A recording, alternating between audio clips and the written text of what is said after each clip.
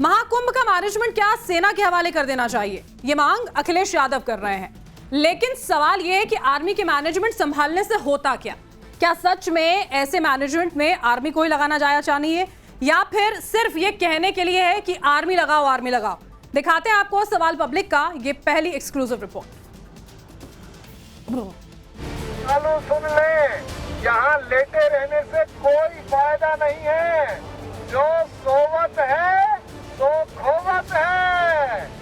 उठिए, स्नान करिए और ये आपके सुरक्षित रहने के लिए बहुत आएंगे और भगदड़ मचने की संभावना है। आप पहले आ गए हैं तो आपको सबसे पहले अमृत मिल जाना चाहिए।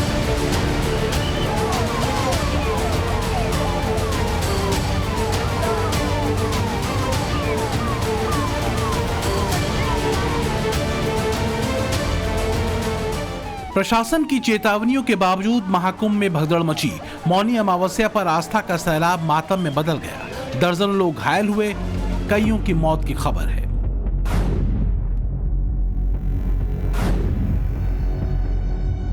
लगभग 90 घायलों को अस्पताल तक पहुंचाया, परंतु इसमें से दुर्भाग्यपूर्ण तरीके से 30 श्रद्धालुओं की दुखद मृत्यु हो गई है।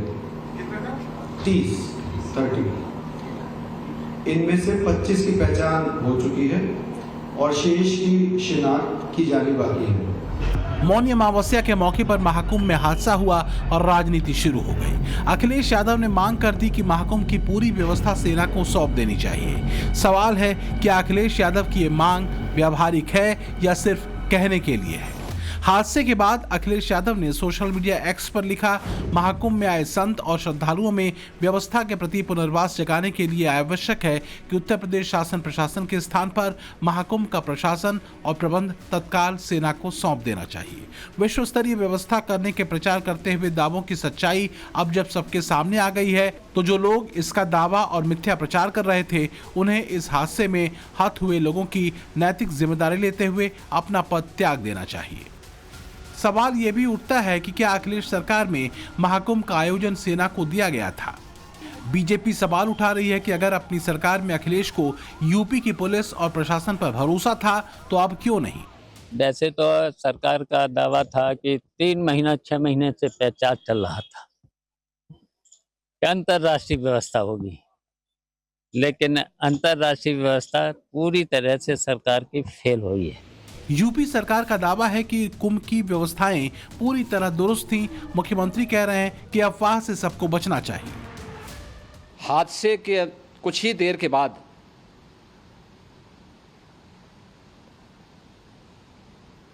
राहत कार्य को ग्रीन कॉरिडोर बना करके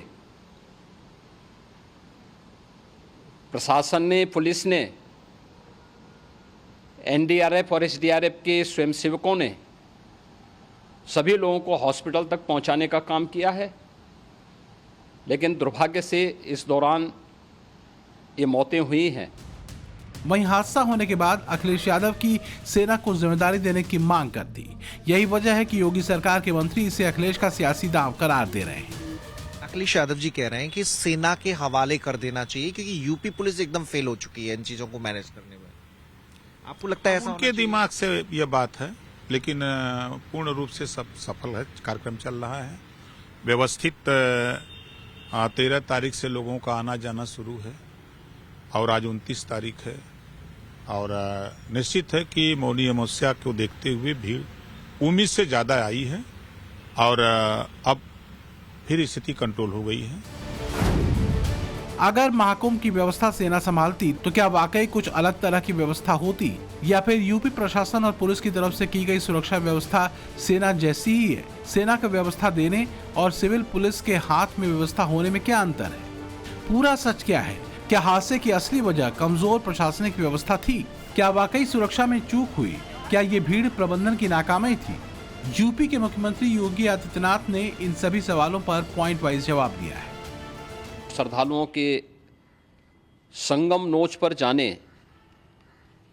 के कारण वहाँ पर एक बना हुआ है अखाड़ा मार्ग पर, जहाँ पे अखाड़ों के अमृत स्नान के दृश्य से बैरिकेड्स भी किए गए थे, तो बैरिकेड्स को फांद करके आने में कुछ श्रद्धालु गंभीर रूप से घायल हुए हैं।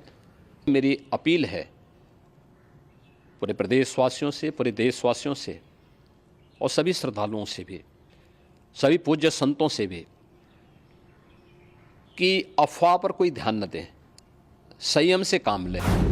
मौनी अमावस्या के दिन 8 से 10 करोड़ श्रद्धालु प्रयागराज में मौजूद हैं। हर कोई संगम नोज पर ही स्नान करने की कोशिश में लगा है। इसी वजह से महाकुंभ क्षेत्र में श्रद्धालुओं का भारी दबाव है। मैं महाकुंभ में जो दुखद हादसा हुआ है, उस हादसे में हमें कुछ पुण्यात्माओं को खोना पड़ा है, कई लोगों को चोटें भी आई हैं। मैं प्रभावित परिवारों के प्रति संवेदना व्यक्त करता हूं और घायलों के जल्द स्वस्थ होने की कामना करता हूं। प्रशासन की ओर से कहा गया कि हालात जल्द काबू में कर लिए गए। साधु संतों का भी कहना है कि अगर हालात आउट ऑफ कंट्रोल होते तो फिर अमृत स्नान सुचारू रूप से कैसे पूरा होता। अब थोड़ा सा देर जरूर हुई है, लेकिन व्यवस्थाओं से आप खुश हैं? हम तो ये समझते हैं कि देर आए दुरुस्त आए। बहुत आसान से हमारा स्नान हुआ, बहुत आनंद आया और गुरु जी की कृपा हम पर मेहर है, तो साथ ही हम योगी जी का भी बहुत धन्यवाद करेंगे। लेकिन आज जो भगदड़ हुई उसको लेकर तमाम तरह के सवाल उठ रहे हैं। देखिए, सवाल उठाने वाले उठा रहे हैं, लेकिन मेरा अपना मानना यह है कि जहाँ इतनी ज़्यादा पब्लिक आती है, वहाँ जितना भी एडमिनिस्ट्रेशन कर ले, कहीं ना कहीं ऐसी चीज़ें थोड़ी बहुत हो जाती। आगे बढ़ें और सेना के क्राउड मैनेजमेंट टेक्निक के बारे में बताएं। उससे पहले भगदड़ क्यों हुई उसे भी समझ लेते हैं। हुआ ये कि अचानक संगम नोज में भारी भीड़ जमा हो गई। संगम नोज पर अचानक भीड़ होने और बैरियर टूटने से भगदड़ जैसी स्थिति बन गई और भगदड़ के दौरान हादसा हो गया। संगम नोज वो जगह है जहां गंगा, यमुना और अदृश्य सरस्वती का मिलन होता है। इसी वजह से श्रद्धालुओं में संगम नोज पहुंचने की होड़ लगी रहती है। श्रद्धालुओं की संख्या को देखते हुए ही शास्त्री ब्रिज और संगम नोज के बीच 26 हेक्टेयर जमीन को बढ़ाने का काम किया है। श्रद्धालुओं की भीड़ को देखते हुए 1650 मीटर के एरिया में रेत की बोरियां बिछाकर संगम घाट के क्षेत्र को बढ़ाया गया है। महाकुंभ हादसे के बाद भी श्रद्धालुओं का कारवां थमने का नाम ही ले रहा है। अमृत स्नान के लिए श्रद्धालु लगातार संगम की ओर कूच कर रहे हैं और आप तस्वीरें देखिए कि ये संगम की ओर जाने वाली सड़क है। हालांकि ये जो सड़क है उस पर बैरिकेड्स कर दिए गए, इसकी वजह से यहाँ पर आपको भीड़ कम नजर आएगी, लेकिन जो दूसरी सड़कें हैं वहां पर जबरदस्त इस वक्त भीड़ दिखाई पड़ रही है। हालांकि अब प्रशासन ने जो देर रात घटना हुई थी उससे एहतियाती तौर पर सबक लेते हुए जरूर बैरिकेड्स कर दिए हैं। जगह जगह जो सुरक्षा के पॉइंट्स हैं उसको और चाक चौबंद कर दिया है। लिहाजा अब जो सड़कों पर भीड़ है वो थोड़ी थोड़ी थमती नजर आ रही है। लेकिन महाकुंभ आ रहे लोगों की तादाद भी बहुत ज्यादा है। भारी संख्या में श्रद्धालु संगम नोज में स्नान करने के लिए पहुंच रहे हैं। इससे इनकार नहीं किया जा सकता कि महाकुंभ में उमड़ने वाली श्रद्धालुओं की भीड़ को संभालने की जिम्मेदारी प्रशासन की होती है। लेकिन ये भी सवाल उठाए जा रहे हैं कि क्या सेना ही हर समस्या का समाधान है। महाकुंभ में स्नान करने पहुंचे सनातनियों का क्या कहना है, आगे बढ़ने से पहले इसे सुन लीजिए। कई लोग जैसे अखिलेश यादव कह रहे हैं कि सेना को बुला लो, कोई कह रहा है कि भाई इस्तीफा दे दो, कोई कह रहा है संतों ने क्या चल रहा है आपके हिसाब से? ये सब मौका मिला क्या? ये सब राजनीति है, विपक्ष का तो काम है, वो कर रही है, करने दीजिए ना उनको। वो अगर ये नहीं करेंगे तो क्या? जबरदस्त है इस बार जो व्यवस्था देखी गई है। ऑल इंडिया नहीं, ऑल वर्ल्ड में कोई व्यवस्था नहीं कर सकता। 8 से 9 करोड़ की जनसंख्या में यहाँ अभी हमने आकलन लगाया है। भीड़ इतनी ज्यादा थी, लोग रास्ते में लेटे हुए थे, जबकि प्रशासन लगा हुआ था कि आप नहाइए वापस जाइए। लेकिन लोग क्या कर रहे थे, जहाँ जगह पा रहे थे वहीं छुप छुपा के लेटे हुए थे। तो रात में जब रात के टाइम में भीड़ बढ़ी है, पुशिंग में एक दूसरे के ऊपर कचरते हुए निकल गए हैं। महाकुंभ विश्व का सबसे बड़ा धार्मिक आयोजन है। करोड़ों की संख्या में श्रद्धालु एक ही समय में एक ही स्थान पर जमा होते हैं। एक जगह जब इतनी संख्या में लोग जमा होते हैं तो चुनौतियां भी अनगिनत होती हैं, चाहे वो भीड़ नियंत्रण हो, यातायात व्यवस्था हो या फिर स्वास्थ्य और सुरक्षा की तैयारियां। पुलिस और प्रशासन की पूरी कोशिश होती है कि किसी भी अप्रिय घटना को टाला जाए। सेना के भीड़ प्रबंधन और प्रयागराज में सिविल पुलिस की तरफ से क्राउड मैनेजमेंट में क्या सच में कोई अंतर है, अब इसे समझ लीजिए। सेना सबसे पहले रणनीतिक योजना और कमांड सेंटर तैयार करती है। यूपी पुलिस ने भी मेला क्षेत्र में क्राउड मैनेजमेंट के लिए integrated command and control centre बनाया है। भीड़ प्रबंधन के लिए कार्यक्रम स्थल की क्षमता का आकलन करती है। प्रशासन के पास भी कार्यक्रम स्थल की क्षमता का पूरा आकलन है। भीड़ प्रबंधन के लिए प्रवेश और निकास के रास्तों की समुचित व्यवस्था करती है। यूपी प्रशासन की तरफ से भी स्मार्ट बैरियर और चेक पॉइंट बनाए गए हैं। सेना की तरफ से रैपिड एक्शन यूनिट की तैनाती होती है। यूपी सरकार की तरफ से भी पुलिस कर्मियों और पैरामिलिट्री फोर्स के जवानों को तैनात किया गया है। सेना की तरफ से रियल टाइम कम्युनिकेशन सिस्टम बनाए जाते हैं। महाकुंभ में भी रियल टाइम कम्युनिकेशन सिस्टम को ऑपरेट किया जा रहा है। इसके साथ ही यूपी प्रशासन की तरफ से भीड़ को कंट्रोल करने के लिए कई जगह से सर्विलांस की मदद ली जा रही है। 2750 कैमरों से न सिर्फ मेला क्षेत्र बल्कि पूरे प्रयागराज शहर में नजर रखी जा रही है। जितने भी क्रिटिकल और सेंसिटिव एरिया हैं वहां पर कैमरे लगाए गए हैं। जितने भी घाट हैं, घाटों तक जाने वाली सड़कें हैं, पुल हैं, सभी जगह कैमरे लगाए गए हैं, क्योंकि यहीं से ये जानकारी मिलती है कि कहां भीड़ का मूवमेंट कितना है। महाकुंभ में सुरक्षा के लिए करीब 1 लाख पुलिसकर्मियों और पैरामिलिट्री फोर्स के जवानों को तैनात किया गया है। एसडीआरएफ, एनडीआरएफ और फायर ब्रिगेड के साथ ही महिला कमांडो, घुड़सवार पुलिस और स्नाइपर्स भी सुरक्षा में मौजूद हैं। संगम नोस पर भीड़ को नियंत्रित करने के लिए विशेष पुलिस टीमों की तैनाती है।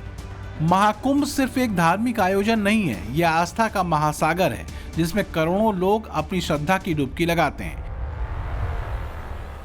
इसे पूरी तरह से सुरक्षित बनाना न सिर्फ प्रशासन की जिम्मेदारी है बल्कि हर श्रद्धालु की भी जिम्मेदारी बनती है कि वो नियमों का पालन करें और बेवजह भीड़ भाड़ से बचें। जब सभी अपनी अपनी जिम्मेदारी समझेंगे तभी महाकुंभ न सिर्फ आस्था का संगम होगा बल्कि सुरक्षा का भी उदाहरण बन सकेगा। प्रयागराज से आशुतोष सिंह, श्वेता श्रीवास्तव और राकेश पांडे के साथ bureau report, Times Now Navbharat.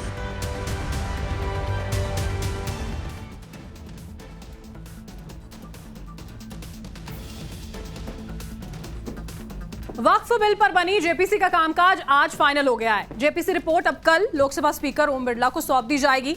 लेकिन आज जेपीसी बैठक के बीच से एक खास वीडियो सामने आया। वैसे तो ये जेपीसी की कार्रवाई का वीडियो नहीं है, लेकिन इस वीडियो से वक्फ बिल की पूरी सियासत का एक सच सामने आ रहा है। सवाल पब्लिक का स्पेशल की ये दूसरी एक्सक्लूसिव रिपोर्ट दिखाते हैं हम।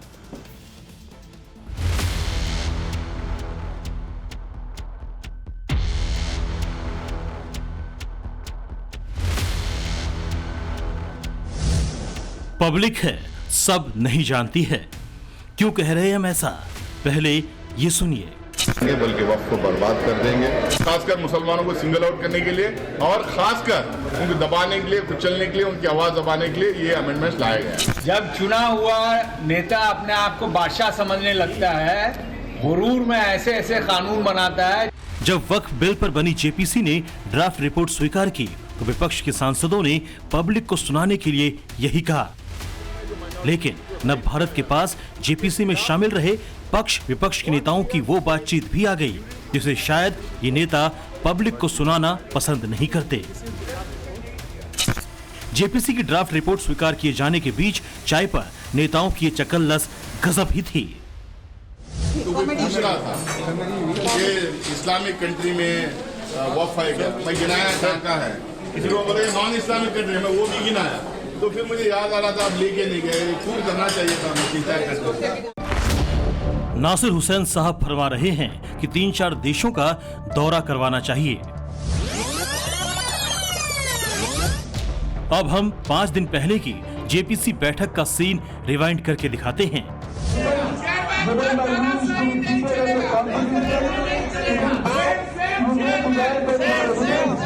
24 जनवरी की जेपीसी बैठक में हंगामा ही इसी बात का था कि माननीय सांसदों की व्यस्तता का ख्याल रखे बिना जेपीसी बैठकें बुलवाई जा रही हैं। विपक्षी सांसद कह रहे थे कि भला ये कोई बात हुई, ये चेयरमैन की तानाशाही नहीं तो और क्या है। बीजेपी का एमपी तो सोच रहा है वो सब बहुत बड़ा हो गया, जो ही मर्जी वो बोल देते हैं। हम लोग सिर्फ इधर बैठे हैं, लेकिन किसी का एजेंडा फिलअप करने के लिए कर रहे हैं, पॉलिटिकल मोटिवेटेड। और दिल्ली इलेक्शन है इसलिए उनको जल्दी है, जल्दीबाजी है, पॉलिटिकली मोटिवेटेड। हम लोग बार बार रिक्वेस्ट किया तब भी वो नहीं सुनता है। चेयरमैन किसी को बात सुनता नहीं, इसे जमींदारी में हो गया। और हम लोग को अपोजिशन को कोई इज्जत भी नहीं देते हैं। हम लोग को सोचते हैं हम लोग उनका डोमेस्टिक एम्प्लॉय है और वो लोग सोचता है सब डेप्यूटी होम मिनिस्टर है। और आज चाय पर चर्चा में मानो मौजा ही मौजा था। 24 जनवरी को चेयरमैन जगदम्बिका पाल विपक्ष के सांसदों को तानाशाह नजर आ रहे थे और 29 जनवरी को ऐसी शिकायत की कि 3-4 कंट्री का दौरा भी ना कर पाए तो काहे कि जेपीसी के सदस्य 31 सदस्यीय वक्फ जेपीसी ने अपनी रिपोर्ट तैयार कर ली है और अगले सत्र में ये रिपोर्ट लोकसभा स्पीकर को सौंप दी जाएगी। पिछले 6 महीने में रिपोर्ट तैयार करने के दौरान पक्ष और विपक्ष के बीच में जबरदस्त पॉलिटिकल ड्रामा देखने को मिला है। क्या ये सब कुछ पब्लिक के बीच में कोई नैरेटिव सेट करने के लिए या माहौल बनाने के लिए किया गया था?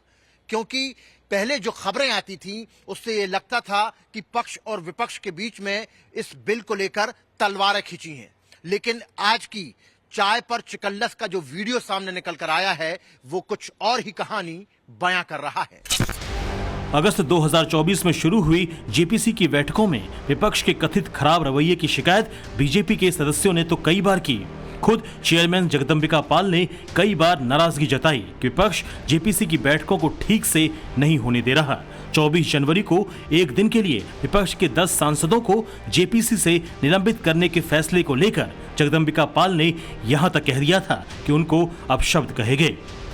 सुनिए 24 जनवरी को पाल साहब के शब्द क्या थे। ओवैसी साहब जो हाउस में पार्लियामेंट में बिल में नहीं जाते हैं वो भी बिल में आ गए। कल्याण बनर्जी ने हमको आज मतलब अनपार्लियामेंट्री वर्ड्स यूज किया, गालियां दी। मजबूर होकर के हमारे माननीय सदस्य निशिकांत जी ने प्रस्ताव किया, उस पर सभी ने सर्वसम्मत से उनको निष्कासित किया। अब चाय पर चकल्लस का 29 जनवरी का जो ये वीडियो सामने आया है उसमें जगदम्बिका पाल साहब का अंदाज देख और सुन लीजिए।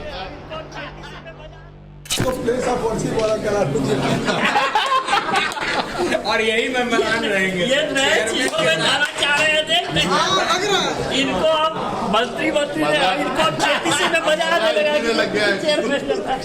अब कहे प्लेस ऑफ वर्शिप एक्ट में। प्लेसेस ऑफ वर्शिप एक्ट का मामला देश की सबसे बड़ी अदालत में चल रहा है। दिलचस्प ये है कि सुप्रीम कोर्ट में सरकार ने अपना स्टैंड अब तक नहीं बताया है। सरकार ने प्लेसेस ऑफ वर्शिप एक्ट के मामले पर किसी भी तरह की संसदीय पहल भी नहीं की है, लेकिन वक्फ बिल पर बनी जेपीसी के बीच वर्शिप एक्ट पर जेपीसी के अरमान जग रहे हैं।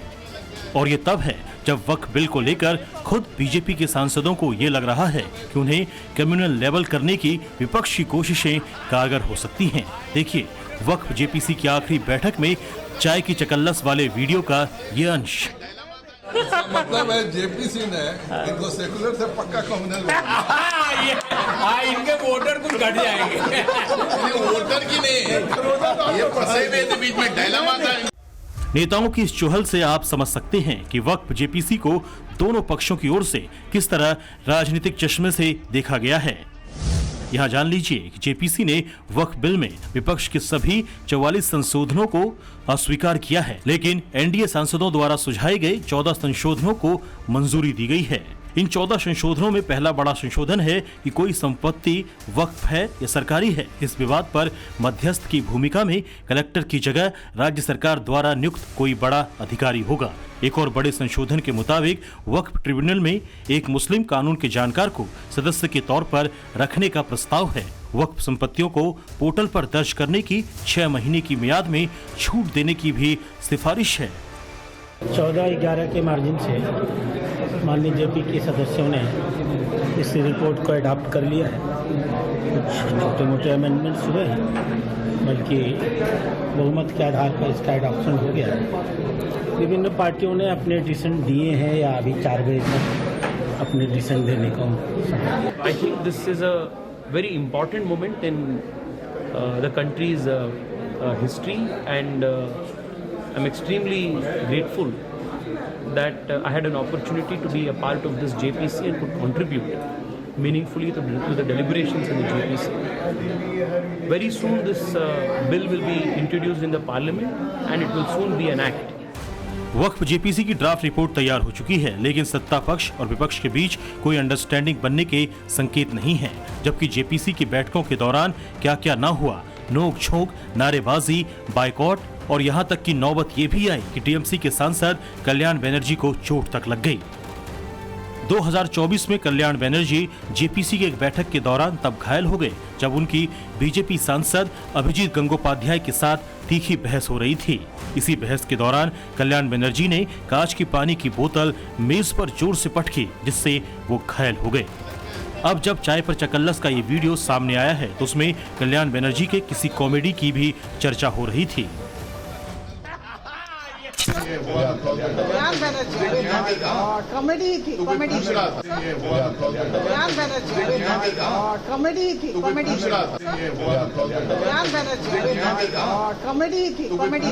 वक्फ जेपीसी की बैठक में विपक्ष की तरफ से मुखर आवाज के तौर पर कल्याण बनर्जी और असरुद्दीन ओवैसी नजर आते थे, लेकिन जेपीसी की आखिरी बैठक में जिस वीडियो का जिक्र किया जा रहा है, जो हम लगातार अपनी टीवी स्क्रीन पर आपको दिखा रहे हैं, उसमें कल्याण बनर्जी के एक कॉमेडी का जिक्र है, जिसको सही तौर पर दावे में हम भी कुछ नहीं कह सकते, लेकिन वही उसी वीडियो में असरुद्दीन ओवैसी के भी तेवर नरम नजर आ रहे हैं।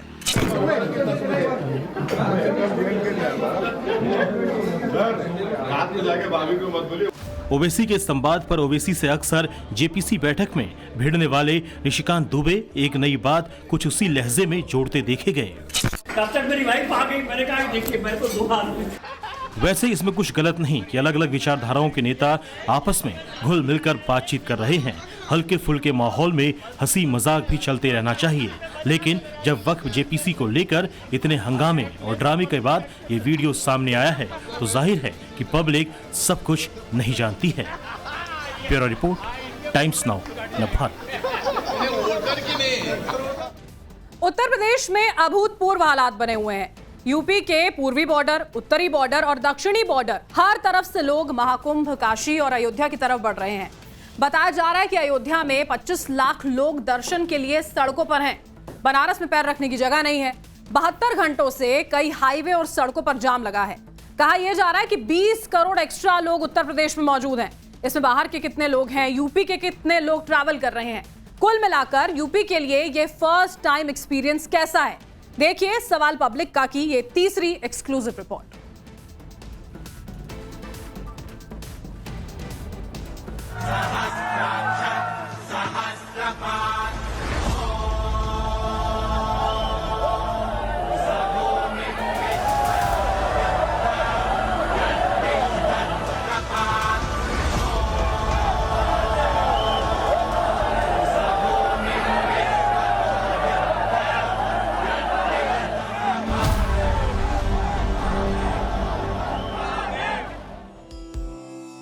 मन में श्रद्धा लिए 20 करोड़ लोग उत्तर प्रदेश पहुंचे हैं। हाथों में धर्म का झंडा लिए 20 करोड़ लोग उत्तर प्रदेश पहुंचे हैं। आंखों में आस्था लिए 20 करोड़ लोग उत्तर प्रदेश पहुंचे हैं।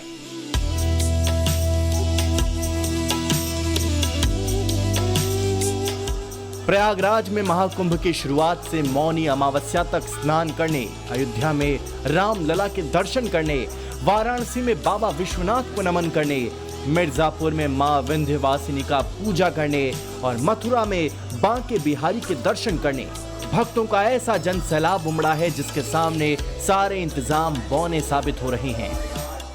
संगम नोज का ये पूरा इलाका है, अभी भी लोगों की यहाँ पर भारी भीड़ है। लोग आ रहे हैं, स्नान कर रहे हैं और आप ये तस्वीरें देखिए किस तरीके से लोगों की भारी भीड़ आती जा रही है। दिन प्रयागराज में करोड़ों की भीड़ है, तो ऐसी ही कुछ तस्वीर अयोध्या में भी है। एक बार आपको तस्वीरें यहाँ से टॉप एंगल से दिखाते हैं। ये देखिए वो रामपथ है जिस सड़क से आप राम मंदिर के दर्शन के लिए आते हैं, और इस वक्त हम ठीक राम मंदिर के सामने एक ऊंची बिल्डिंग पे खड़े हैं। ये देखिए किस तरह से एक जन समूह, आपको एक जन सैलाब दिखाई देगा। लेकिन आप तस्वीरें देखिए कितनी भीड़ आपको नजर आ रही है। मेरे पीछे आप देख पाएंगे ये संगम नोज का ही इलाका है। प्रयागराज में भीड़ इतनी बढ़ गई है कि बॉर्डर के 8 जिलों में 2 लाख वाहन रोके गए। चित्रकूट, कौशाम्बी, जौनपुर, प्रतापगढ़, फतेहपुर, भदोही, रीवा और मिर्जापुर के आने वाले श्रद्धालुओं को प्रशासन ने बॉर्डर पर रोका, जिसकी वजह से इन इलाकों में कई किलोमीटर लंबा जाम लगा हुआ है।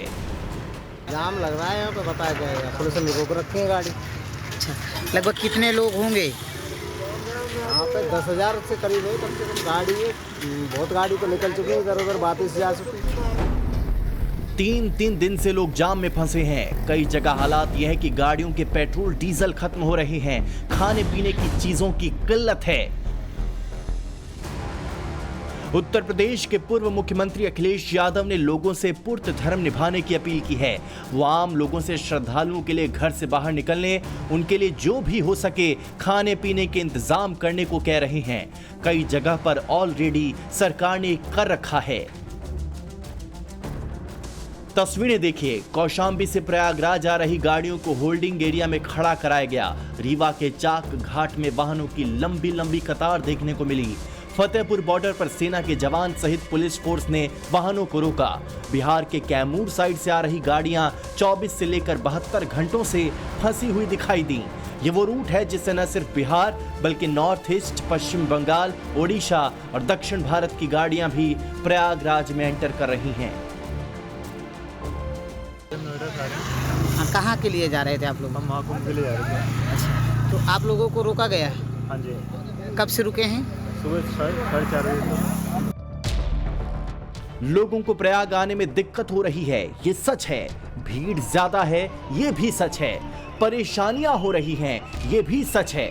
पर सोचिए, सनातन का सबसे बड़ा पर्व मनाने के लिए मात्र 40 स्क्वायर किलोमीटर के इलाके में अब तक 20 करोड़ से ज्यादा लोगों की भीड़ पहुंची है। जिस तरह का जन सैलाब पूरे उत्तर प्रदेश में उमड़ा है, उसे ऐसे समझिए कि ये संख्या ब्राजील की पूरी आबादी से ज्यादा है, बांग्लादेश की पूरी आबादी से ज्यादा है, रूस की पूरी आबादी से ज्यादा है, मैक्सिको की पूरी आबादी से ज्यादा है, जापान की पूरी आबादी से ज्यादा है और तो और जर्मनी की पूरी आबादी से ज्यादा है। और अभी भी आप तस्वीरें देखिए किस तरीके से लोग यहाँ पर आते जा रहे हैं। चारों ओर मैं आपको तस्वीरें दिखाते देता हूँ। लोग अभी भी स्नान करके संगम के किनारे से लगातार अपने गंतव्य को जाते हुए, अपने घरों की ओर जाते हुए, तो ये भीड़ की स्थिति है। शाम हो चुकी है, अंधेरा हो चुका है, इसके बावजूद भी लोगों का रेला रुकने का नाम नहीं ले रहा। लोग अभी भी स्नान करके संगम की ओर से अपने घरों को वापस जा रहे हैं। मौनी अमावस्या के पावन मौके पर दोपहर 2 बजे तक 5.5 करोड़ लोगों ने संगम में स्नान किया और अब तक कुंभ में कुल 20 करोड़ श्रद्धालुओं ने स्नान कर लिया है। अयोध्या में कल शाम से अब तक करीब 25 लाख लोगों ने रामलला के दर्शन किए हैं। वाराणसी में बाबा विश्वनाथ के दर्शन करने 15 लाख श्रद्धालु पहुंचे हैं। मिर्जापुर में 5 लाख से ज्यादा भक्तों ने मां विंध्यवासिनी के दर्शन किए हैं। दिल्ली, मुंबई, कोलकाता, चेन्नई, इन महानगरों की भीड़ तो कुंभ पहुंची ही है, पर साथ ही राजकोट, यमुनानगर, हैदराबाद, नांदेड़, वारंगल, जयपुर, देश के कोने कोने से कुंभ की भव्यता देखने लोगों की भीड़ पहुंच रही है। कहाँ से आए हैं? सिक्किम से आप आए हैं? महाकुंभ के लिए? जी सर। क्या नाम है? सर हमारा नाम जितेंद्र चौधरी है। कहाँ से आए हैं? हम जन्मभूमि हमारी राजस्थान है, कर्म भूमि हमारी तेलंगाना है, हैदराबाद से। अच्छा, सभी लोग तेलंगाना से? जी सभी लोग। कहाँ से आए हैं? गुजरात से आए हैं। कैसा लगा यहाँ पर? एकदम बढ़िया लगा। कहाँ से आए हैं? झारखंड से। हम हरियाणा से, जिला यमुनानगर। अच्छा, यमुनानगर। हाँ। आप कहाँ से आई हैं? मैं आगरा से। आगरा से, क्या बात है। कैसे आप आए? मैं हरदा से, एमपी से हूँ। एमपी से आए? जी सर। राजस्थान जयपुर से। हम नांदेड़ महाराष्ट्र से आए हैं। महाराष्ट्र से आए? हाँ जी। ये लोग प्रयाग पहुंचने के लिए ट्रेनों, बसों, गाड़ियों और फ्लाइट्स का सहारा ले रहे हैं। आप सोचिए, अभी कुछ समय पहले ये कहा गया था कि कुंभ जाने वाली ट्रेनें खाली जा रही हैं। कुछ ट्रेनें खाली आ रही हैं। सुनने में आया गोरखपुर वाली खाली ट्रेन गई है पूरी, और नहीं मानता भी वीडियो दिखा सकता हूं मैं आपको। और इस बयान के बाद अब ये तस्वीर देखिए, प्रयागराज पहुंचने वाली सारी ट्रेनें पूरी तरह से भरी हुई जा रही हैं। इतनी भीड़ है कि लोगों को परेशानियां भी उठानी पड़ रही है। कंफर्म सीट वाले ट्रेन में नहीं चढ़ पा रहे। पूरा प्रशासन और रेल विभाग श्रद्धालुओं से संयम बरतने की अपील कर रहा है, लेकिन फिर भी भीड़ इतनी ज्यादा है कि कुछ जगहों पर हालात बेकाबू होते भी दिखाई दे रहे हैं। तो मैं प्रयागराज जाना चाहता हूँ, यहाँ पे ट्रेन रुक रही है तो गेट नहीं खुल रहा है, क्या फायदा पे रुकने से? व्यवस्था तो आप देख रही है, कहाँ इतनी सवारी कहाँ से बैठ गई जनरल वार्ड में। उम्मीद का हमें आधी सवारी पहुँचे हुए को तो दिख नहीं रही उम्मीद। बैठ के गाड़ी में हम तो रही गए ठाड़े, काहे का भीड़ के मारे चढ़ ही नहीं पाए। बहुत भीड़ है क्या? और का? अरे कौन सी ट्रेन से जाना था आपको? हमें तो जो सी में बैठ जाए तो सी में बैठ ही जाते हैं, हमें क्या पता कौन सी में जाने। तो हम जा रहे हैं, अभी दिल्ली जाएंगे, यहाँ से दिल्ली जाएंगे। ट्रेन में चढ़ पाइएगा? देखते हैं, इतना भीड़ है, अगर चौक पाएंगे तो चौक पाएंगे, तो नहीं भी चौक पाएंगे। कुंभ नहाने के लिए? हाँ। कब से आए स्टेशन पे? लगभग 2 घंटा हो गया। तो कहीं गए कहीं अभी तक? ट्रेन नहीं मिला, बहुत भीड़ है, कैसे चढ़ पाएंगे? तो गेट उतना खोला कि भीड़ बहुत ज्यादा भीड़ है। प्रयागराज स्टेशन पर हर 4 मिनट में एक ट्रेन पहुंच रही है। 360 ट्रेनें आज प्रयागराज में पहुंची हैं। ये भारतीय रेलवे के इतिहास में एक दिन में एक जगह के लिए चलाई गई ट्रेनों का रिकॉर्ड नंबर है। प्रयागराज महाकुंभ में स्नान के बाद बड़ी संख्या में श्रद्धालु अयोध्या में प्रभु श्री राम के दर्शन करने के लिए पहुंच रहे हैं। अयोध्या में बढ़ती भीड़ को देखते हुए कई सारे डायवर्जन किए गए हैं। बड़ी गाड़ियों को अयोध्या से काफी दूर ही सड़कों के किनारे खड़ा किया जा रहा है। बड़ी संख्या में लोग पैदल ही अयोध्या में दर्शन के लिए जा रहे हैं। ये सभी लोग पहले कुंभ में डुबकी लगाकर वहां से काशी विश्वनाथ का दर्शन कर अयोध्या पहुंच रहे हैं। ये देखिए किस तरह से एक जनसमूह, आपको एक जन सैलाब दिखाई देगा। हालांकि यहाँ पे व्यवस्थाएं थोड़ी सी बेहतर करने की कोशिश की गई है। सड़कों को डाइवर्ट किया गया है। एक तरफ से आप जाएंगे और दूसरी तरफ से दर्शन के लिए आएंगे और गेट नंबर 3 से निकल जाएंगे, यानी कि पब्लिक एक जगह खड़ी ना हो, मोबिलिटी हो। इस लिहाज से ये रास्ता जो है ये जाने का रास्ता है और उसके दूसरी तरफ जो है वो रास्ता जो है वो दर्शन करने के लिए मंदिर में जाने वालों का। ये देखिए जो रेला है पब्लिक का वो कैसे राम मंदिर की तरफ जा रहा है। ये तमाम जो लोग हैं वो राम मंदिर में दर्शन करने के लिए इसी रास्ते जा रहे हैं। व्यवस्थाएं ठीक है, लग रहा है बहुत अच्छा है। इतना दूर पैदल चलना पड़ा, सबको परेशानी हो रही है। कोई नहीं, देखो भगवान के उसमें आते तो कष्ट तो झेलना पड़ेगा ही थोड़ा बहुत। बहुत अच्छा है, दर्शन से अच्छी सुविधा दी हुई है। अभी जो भीड़ है वो भीड़ तो बहुत है, लेकिन जो लोगों के मन में जो इच्छा है राम मंदिर आने की, इसी को तो हम नहीं रोक सकते। वो तो आएंगे, व्यवस्था करके आए तो व्यवस्था करके आए तो अच्छा रहे। व्यवस्था अच्छी है, प्रयागराज से व्यवस्था अच्छी है। यहाँ पे कहाँ से हो? जम्मू से, हम जम्मू से। तो आप कुंभ भी गए थे? हम कुंभ भी जाएंगे। थोड़ा अभी पहले हम गए थे, वृंदावन गए थे, उसके बाद हम अयोध्या आए हैं, उसके बाद हम कुंभ जाएंगे और बहुत मजे से दर्शन हो रहे हैं। बहुत यहाँ पे बहुत अच्छी व्यवस्था है। महाकुंभ से सिर्फ भक्तों की आस्था का ही गागर नहीं भरेगा, बल्कि उम्मीद की जा रही है कि इससे सरकारी खजाने को भी काफी मुनाफा होने वाला है। 40 करोड़ पर्यटकों में से हर एक औसतन 5,000 रुपए खर्च करता है, तो महाकुंभ से 2 लाख करोड़ रुपए का व्यापार हो सकता है। अगर 2 लाख करोड़ का व्यापार होता है तो देश की नॉमिनल और रियल जीडीपी 1% से भी ज्यादा बढ़ सकती है। यूपी सरकार को 25,000 करोड़ रुपए का रेवेन्यू मिलने की भी उम्मीद है। Confederation of all India traders UP को अनुमान है कि इस महाकुंभ के खत्म होने के बाद 25,000 करोड़ का टर्नओवर आएगा। इसमें पूजा सामग्री से 5,000 करोड़ रुपए, डेयरी उत्पादों से 4,000 करोड़ रुपए, फूलों से 800 करोड़ रुपए, हॉस्पिटैलिटी सेक्टर से 6,000 करोड़ रुपए मिलने की उम्मीद है। महाकुंभ की भव्यता और विराटता सिर्फ प्रयागराज तक सीमित नहीं है। पूरा यूपी इस दिव्य आयोजन के दौरान सनातन का सेंटर बना हुआ है। आस्था और विश्वास के साथ विकास का सेंटर बना हुआ है। इतनी भीड़ के दौरान बस जरूरत है थोड़ा संयम बरतने की, थोड़ी जागरूकता रखने की और किसी भी तरह की अफवाह से सजग रहने और बचने की। प्रयागराज से राकेश पांडे, श्वेता श्रीवास्तव, आशुतोष सिंह और अयोध्या से विनोद मिश्रा के साथ bureau report, Times Now Navbharat. Mahakumbh में भगदड़ की खबर से हर सनातनी बेचैन है। जो प्रयागराज पहुंच रहे हैं या फिर जाने का मन बना रहे हैं वो पसोपेश में है कि आगे करना क्या चाहिए। उनके परिवार वाले परेशान हैं, जाने का बहुत मन है, लेकिन भीड़, महाकुंभ से रिपोर्ट देखकर लोग कंफ्यूज हो रहे हैं कि करें तो क्या करें। देखिए सवाल पब्लिक का ये चौथी एक्सक्लूसिव रिपोर्ट।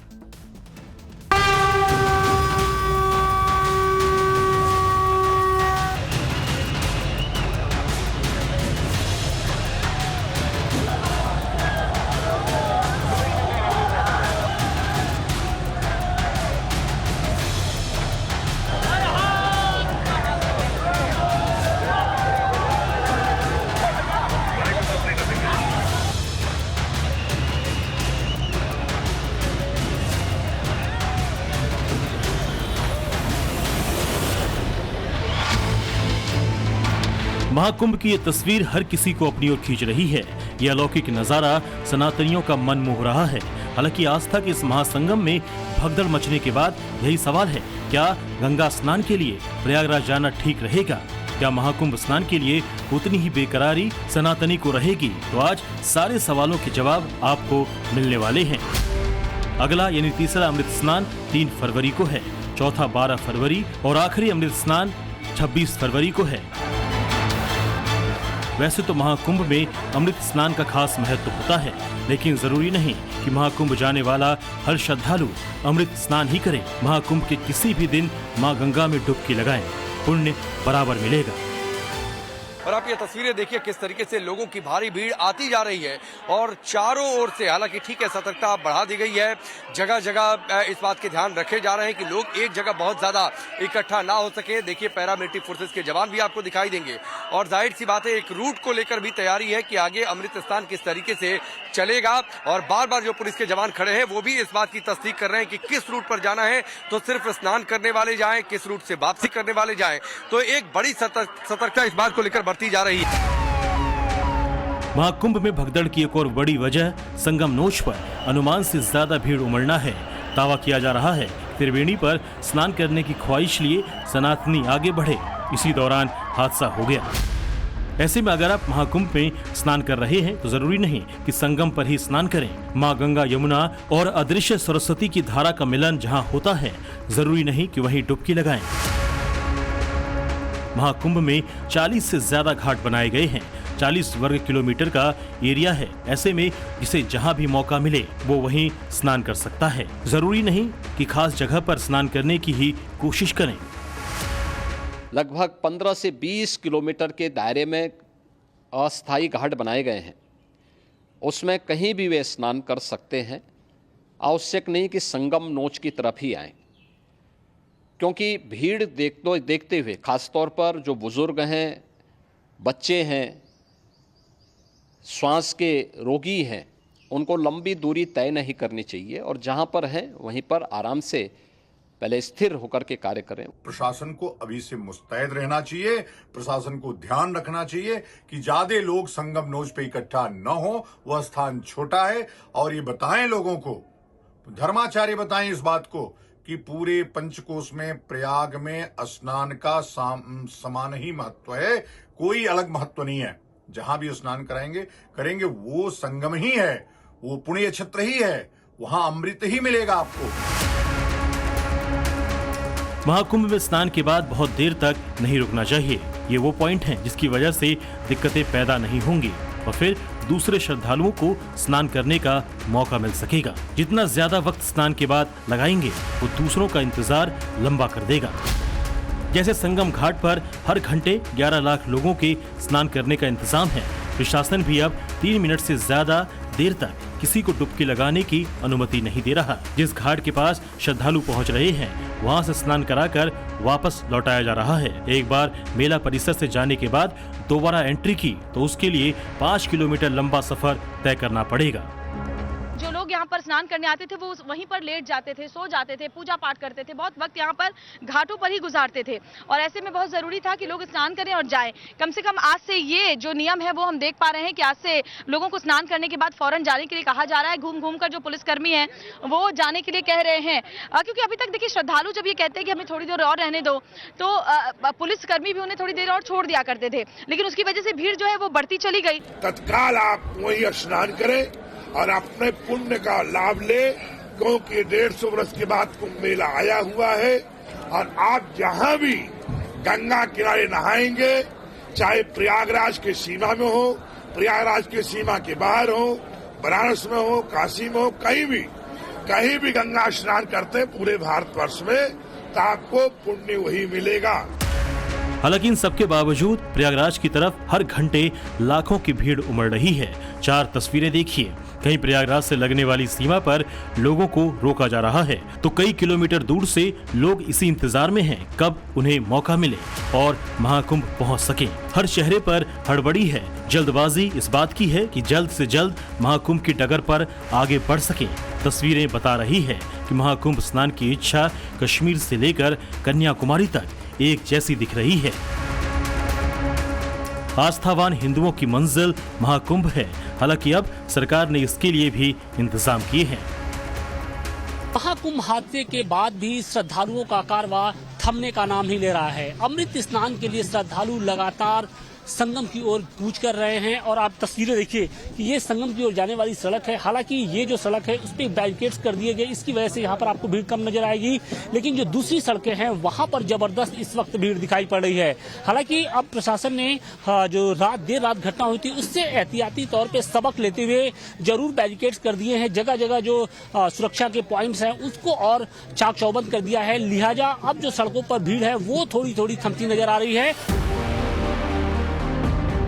हर तीसरा सनातनी महाकुंभ में स्नान कर सकता है। इस उम्मीद के साथ सरकार ने पूरी तैयारियां की है, लेकिन इस आंकड़े के बावजूद कई ऐसे हैं जो संगम स्नान करने नहीं पहुंच पाएंगे। वो शरीर से अस्वस्थ भी हो सकते हैं या दूसरी वजह भी उन्हें प्रयागराज जाने से रोक रही होंगी। तो इसे लेकर भी धर्माचार्यों ने खास बातें बताई है। अगर कोई महाकुंभ से जल लेकर पहुंचा तो उसे घर में नहाने वाले पानी में छिड़क कर स्नान कर ले। कोशिश करें कि अपने आसपास किसी पवित्र नदी में जाकर नहा लें। अगर पवित्र नदी पास में नहीं है तो नहाने वाले पानी में गंगाजल मिला लें। महाकुंभ के दिनों में घर पर स्नान के दौरान खास मंत्रों का जाप कर सकते हैं। ऐसा करने से भी पुण्यों का लाभ मिल सकता है, बशर्ते इसके लिए आस्था वैसी ही होनी चाहिए। और कहा भी जाता है, जो मन चंगा तो कठौती में गंगा। चलते फिरते प्रयागराज भगवान के प्रेमी महात्मा जन हैं। इनका दर्शन संभाषण मात्र परम पावन कर देता है और प्रयागराज से भी बढ़कर है, क्योंकि प्रयागराज महाराज धर्म अर्थ काम मोक्ष चारों देने में सर्वसमर्थ हैं, लेकिन प्रेम इसीलिए तात स्वर्ग अपवर्ग सुख धरी तुलाए कंग तुलनता सकल मिली जो सुख लव सत्संग। लव मात्र क्षण मात्र अगर भगवत प्रेमी महात्मा का दर्शन संभाषण तो सीधे भगवत प्रेम की प्राप्ति होती है।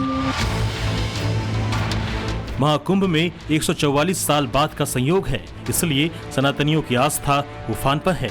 ऐसा नहीं है कि भगदड़ के बाद सनातनियों के इरादों पर किसी तरह का असर पड़ने वाला है। प्रयागराज से आने वाले दृश्य बता रहे हैं कि गंगा में रिकॉर्ड तोड़ डुबकी लगेगी, मगर इस बार सजगता हर तरफ से होगी। प्रयागराज से राकेश पांडे और श्वेता श्रीवास्तव के साथ bureau report, Times Now Bharat.